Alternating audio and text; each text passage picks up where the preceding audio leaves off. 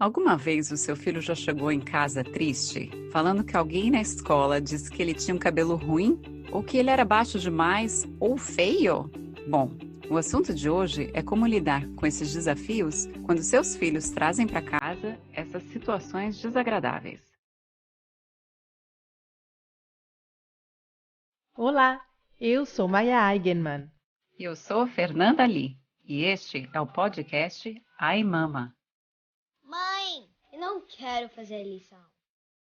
Mãe, ela me bateu. Sai dessa tela, menino. Vai lá pra fora brincar. Se você também enfrenta desafios na hora de educar seus filhos, então esse podcast é para você. Ai Mama, como educar filhos saudáveis numa era digital. Este é o 5º episódio e hoje vamos falar sobre um tema que foi sugerido por uma ouvinte de Portugal. Encerraremos esse episódio com uma ferramenta da disciplina positiva, para você se conectar ainda mais com si próprio e com os outros. Pois é, essa ouvinte escreveu pra gente falando que o filho dela chegou em casa tão triste porque um amiguinho dele tinha falado que ele era feio. Ai, haja coração de mãe. A gente fica com o coração super apertado. E às vezes a gente quer se envolver na situação e resolver pelos nossos filhos. Ah, claro, a gente vira uma leoa uma hora dessa, né? A gente quer defender os nossos pequenos indefesos com todas as garras que nós temos. E se a mãe leoa fizer isso, ela tira a oportunidade da criança de desenvolver e empoderar o seu filho para que quando acontecer no futuro, ele tenha as ferramentas para falar, não, eu não sou. Acontece que tem situações que as mães também têm que se envolver. O bullying, ele é com seu filho, é com a mesma pessoa, é repetitivo e ele tem a intenção de magoar. Daí a gente tem que se envolver. A mãe leoa vai mostrar as garras dela, vai na escola, vai pedir ajuda e vai com bastante respeito com as pessoas envolvidas para resolver a situação. Porque acho que a pior coisa que a gente pode fazer é vitimizar os nossos filhos. Ah, coitadinho, olha só, falaram isso. Não, não é verdade, eu vou lá, vou resolver. E às vezes, em situações quando as crianças são pequenas, é um pouco normal a gente escutar isso. Por exemplo, entre as meninas, quando elas buscam entre elas essa afinidade. Então, por exemplo, qual que é a sua cor favorita, Maia? No momento é rosa. Ah, eu também gosto de rosa. Aí a gente tem essa afinidade, a gente começa a ficar Agora muito somos próxima, melhores né? amigas para sempre. Nossa, é amiga porque a gente gosta muito de rosa. Mesmo. E que mais? Qual é a sua comida favorita? Ai, eu adoro pizza. Eu também adoro pizza. Ai, e aí a amizade das meninas vai ficando muito forte. Agora vai entrar uma outra pessoa, uma terceira amiga. Uma ameaça. Vamos dizer que é a Ana. Só que a Ana, ela gosta de azul. E a gente, na nossa cabeça, tem 4 anos. Imagina. Eu não gosto de azul. Nem eu. Acho então, bobo. Olha, eu vou convidar você para minha festa, Maia, mas eu não vou convidar você, Ana. É porque você é só amiga minha, não é amiga da Ana, né? Exato. Então, a maneira da gente provar a amizade entre a gente é a gente provar a inimizade com uma outra pessoa. E isso na cabeça das crianças não é claro. Elas às vezes não fazem nem por maldade, elas fazem porque elas estão tentando procurar o lugar dela.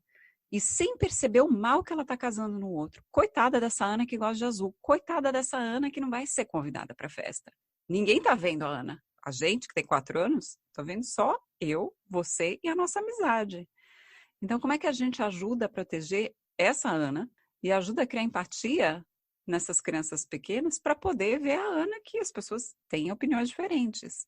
Igual você falou, a gente tem que ter essa sabedoria de discernir a diferença entre uma situação que realmente é perigosa, como um bullying de fato, ou se é um caso isolado.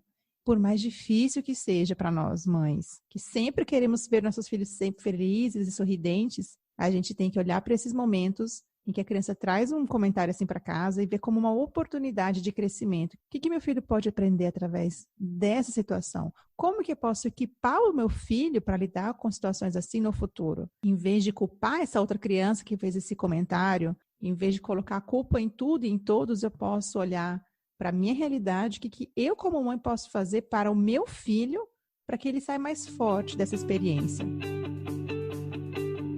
A primeira coisa que a gente pode fazer é muito simples. Seu filho chega em casa e fala, mãe, um amiguinho falou que eu sou feia. A primeira coisa que a gente tem que falar é agradecer. Obrigada, filho, por você ter me contado.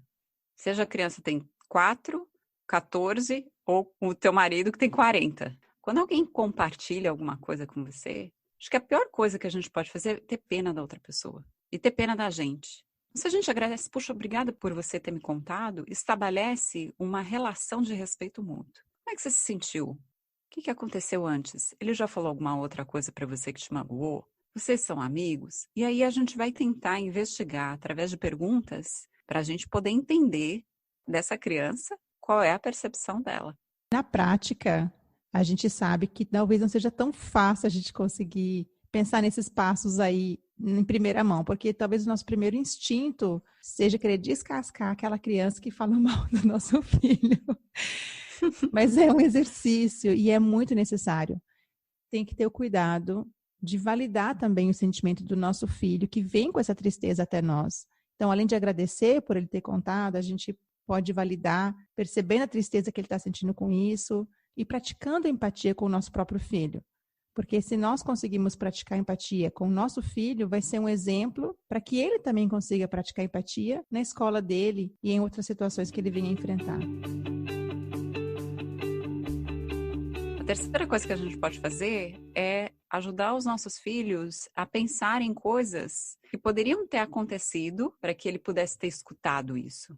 Então, será que a outra pessoa estava tendo um mau dia? Será que, sem querer, você passou na frente da pessoa?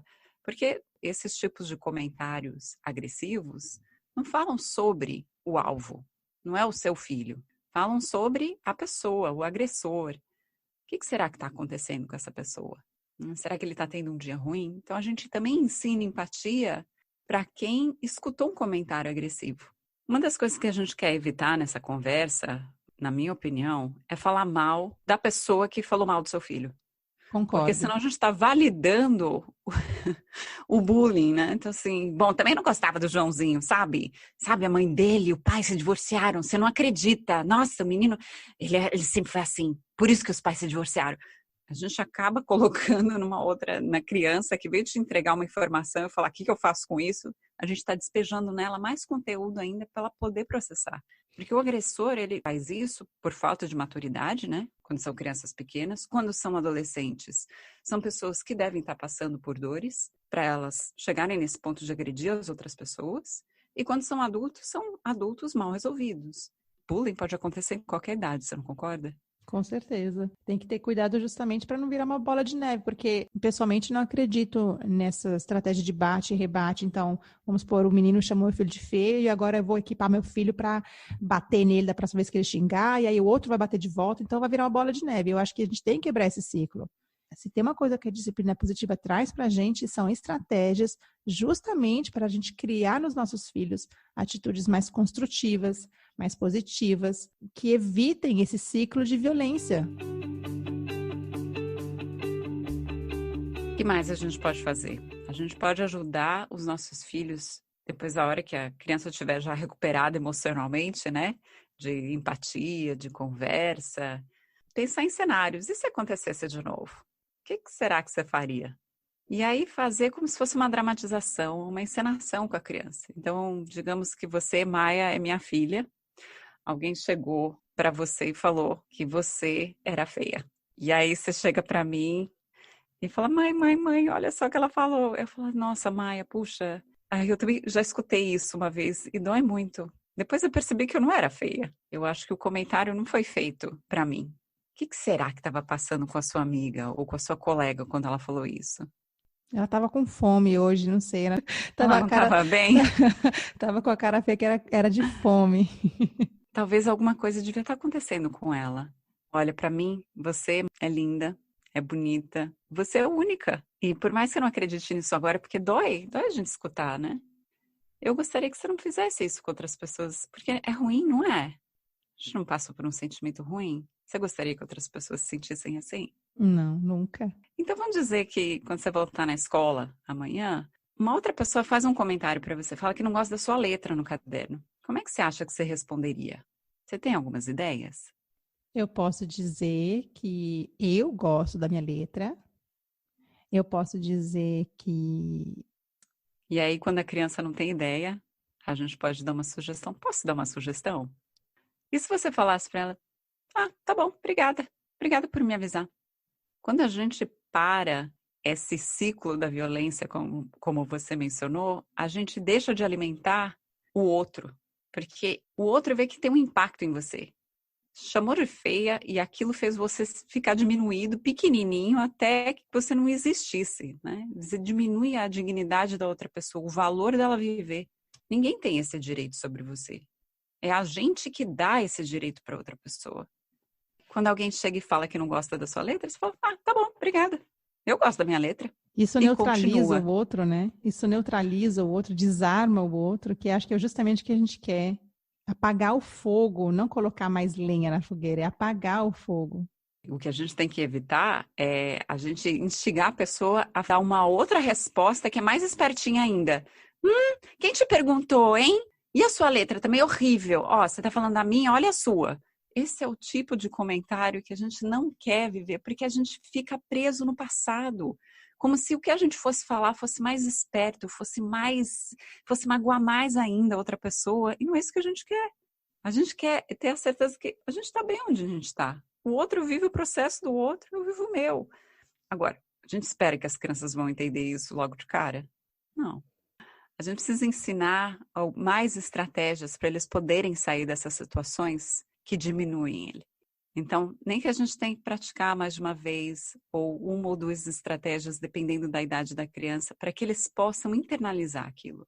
E pode acontecer da criança não conseguir falar essas coisas. Ainda assim, a gente tem mais uma chance, então, para falar sobre isso de novo. E são várias tentativas, são várias conversas, até uma criança ter uma estrutura e uma inteligência emocional para conseguir responder adequadamente uma situação assim. Aliás, quantos adultos ainda não conseguem responder adequadamente uma provocação? O que são hoje em dia os jogos de futebol que a gente às vezes acompanha, as brigas que acontecem por causa de times diferentes, ou a polarização na política de vários países, porque as pessoas não conseguem conversar. É uma provocação com uma resposta, uma réplica, uma tréplica, e a gente não chega a lugar nenhum por causa disso. Então, a gente está tentando ensinar aos nossos filhos o que muitos adultos estão longe de conseguirem fazer ainda. Quando chega na adolescência, eu acho que fica um pouco mais delicado, porque não só existe essa forma de agressão passiva entre as meninas, e às vezes uma agressão verbal e física dos meninos, mas existe a agressão online. Então, como é que a gente pode ter mais influência sobre os nossos filhos adolescentes? É evitar humilhando os filhos, é evitar a gente fazendo bullying neles. A gente está aberto para conversar. Então, quando seus filhos estão no quarto, estão fazendo alguma coisa, senta lá, faz companhia. Não vem com uma agenda, uma pauta para falar sobre várias coisas. Fica lá, faz companhia. Aí o filho vai falar, o que você está fazendo aqui, mãe? Não, estou fazendo companhia para você. Passa um tempo em silêncio, eles começam a falar. Às vezes os adolescentes querem falar com os pais, querem contar para eles, mas os pais são os últimos que eles vão contar. Porque eles já aprenderam de relacionamentos e interações passadas, que a hora que você falar, o pai vai lá, vai resolver, vai na casa não sei quem, a mãe vai mandar uma mensagem de texto para outra mãe, pronto, é isso que a criança não quer, o adolescente não quer. Então a gente precisa ter uma resposta que não é reativa, é uma resposta respeitosa, de agradecimento, de empatia ao outro e de descobrir o que será que está acontecendo com o outro. O problema nunca é a pessoa, o problema é entre as pessoas. O que a gente quer criar é uma atmosfera que o adolescente sente que os pais podem ser acessíveis e os pais estão disponíveis para ter esse tipo de conversa, mas primeiro para escutar. Só que a gente não escuta muito bem. A gente acha que a gente tem que falar o que a criança, o adolescente tem que fazer. Então, se a gente pudesse, essa pessoa que escuta, que acolhe, eles vão estar muito mais disponíveis para falar. Agora, digamos que você, mãe, pai de um adolescente, está preocupada que alguma coisa está acontecendo. Você pode mencionar isso, falar, eu tenho escutado, eu li um artigo, ouvi um caso, que uma pessoa falou isso para outra, um jovem falou isso para o outro, nossa, isso deve machucar bastante, magoar. Isso já aconteceu com você? Se isso já aconteceu com você, eu gostaria de saber, porque para mim, quando acontece, eu preciso falar com alguém. Se a gente esconde e fica imerso em vergonha, a gente se sente mal. Eu gostaria que você soubesse que eu estou aqui para te escutar. Eu não vou fazer nada que você não quer que eu faça, mas eu estou aqui para te escutar. Gente, isso que a Fernanda acabou de falar vale ouro. A questão da gente aprender a escutar os nossos filhos de verdade. Eu li um livro recentemente de um psicoterapeuta americano, o nome dele é Kenneth Barish, e ele fala que se tem uma ferramenta que ele indica a todos os pais, que é uma ferramenta que vai ajudar a construir filhos saudáveis e a consertar relacionamentos que já estão quebrados entre pais e filhos, é a escuta.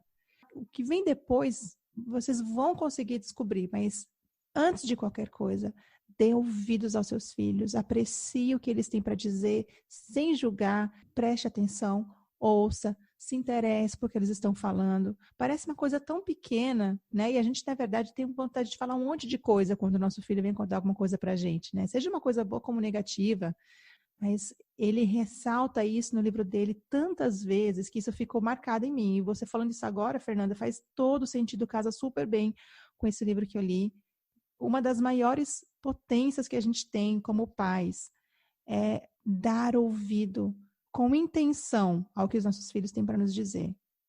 Imagina quando o seu filho vem contar para você uma coisa negativa, ou vem confessar uma mentira para você, por exemplo. Se ele já sabe que você vai dar uma bronca nele, que você vai gritar com Vai ele, tirar o celular. que ele vai ser punido por isso. Igual você falou no começo desse episódio, quando o seu filho chegar para contar alguma coisa para você que entristeceu, agradeça que ele veio te contar. Se seu filho vem para te confessar uma mentira, agradece por ele ter te contado. Isso abre os canais da comunicação, isso abre a relação. O seu filho vai aprender que, poxa, na minha mãe eu posso confiar, no meu pai eu posso confiar, porque eles vão me ouvir, por pior que seja a notícia que eu vou dar, eles são o meu porto seguro. Eu acho que não tem nada mais importante para mim, como mãe, que os meus filhos saibam que eu sou o porto seguro para eles. Que seja qual for o problema que eles venham a enfrentar, eu vou estar aqui para escutá-los. Eu acho que é importante lembrar que esse assunto que a gente está falando de hoje não se caracteriza bullying. Quando se caracteriza bullying, a gente precisa tomar atitudes proativas. O que a gente está falando aqui é que as mães e os pais têm que estar atentos e conectados com a sua intuição.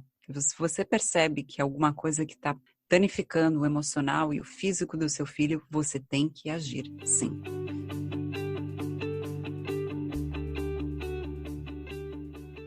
Chegou a hora de puxarmos uma carta do baralho.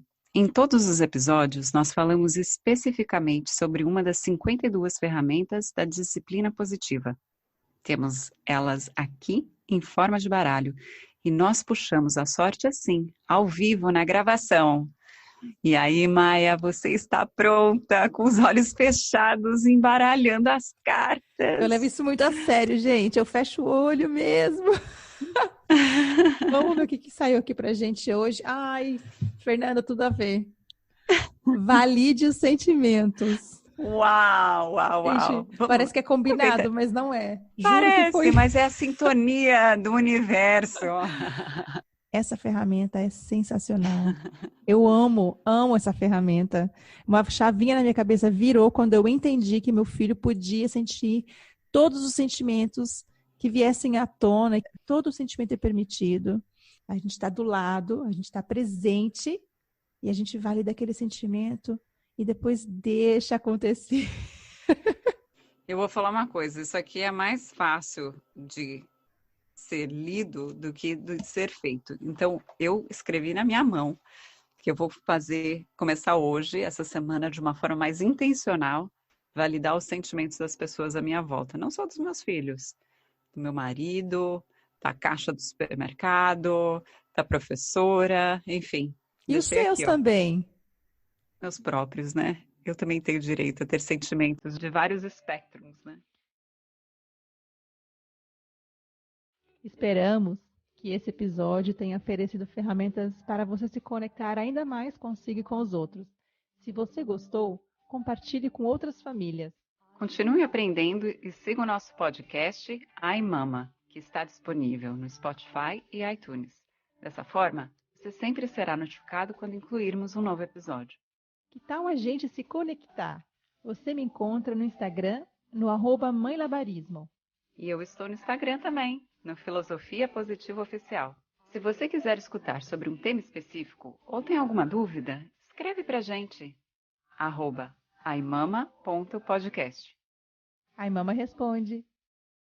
E até o próximo episódio. Tchau!